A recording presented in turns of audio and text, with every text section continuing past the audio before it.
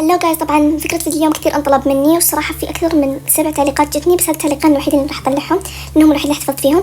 فاليوم راح أقول لكم كيف لما يكون أنتم مسكرة عندكم وتحاولون تفتحونها بس ما تفتح معكم، وأنا لقيت الحل بس ما أدري الصراحة راح يضبط مع الكل أو لا. خليكم مع الفيديو. اوكي جايز، طبعا هذه المشكلة انا شخصيا ما صارت لي، لكن صارت لي بحساب من الحسابات اللي كنت شاحنة فيها الصراحة، بس يعني ما حب ادخل فيها كثير، فمرة دخلت فيهم ما سمحت لي ادخل ام2، فانا صراحة ما كنت مهتمة. بس انا كيف لقيت الحل انه سويت كذا. شوفوا، كانت ام2 مسكرة، طبعا انا ام2 عندي مفتوحة. حاولت اسوي اكثر من حساب وارجع الحساب القديم اللي شحنة فيه وسكر على ام2 بس مفتوح الحين. تروح عند 3 نقاط هذه وتسوون لوج اوت. لو ما كنت حافظين رمزكم السري انا اسفة، ما اعرف حل ثاني. فتسوون لوج اوت. اوكي، بعد ما تسوون لوج اوت تروحون تسوي لكم حساب جديد كذا، حساب من الصفر. يعني شوفوا كيف الحين بوريكم، رغم اني ما ودي اطلع من حسابي لاني سأل سنة. اول شي تطلعون لوج اوت، للحين بتكون ام2 عندكم مسكرة تمام.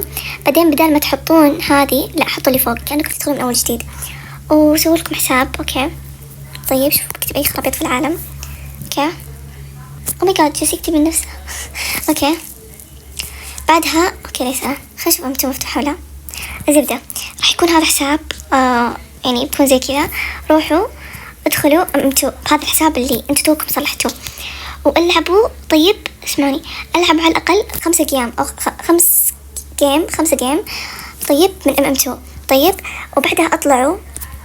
طيب خلاص، بعد ما تلعبون 5 جيم من ام2 سووا كذا. اوكي ادد اكاونت، بعدين سووا اوكي، بعدين اكتبوا اسم حسابكم. بعدها طبعا الحين بعدها راح تدخلون كلمة السر حقتكم. شوفوا بيصير شيء يمكن مدري من تكتب، بس دقيقة شوفوا.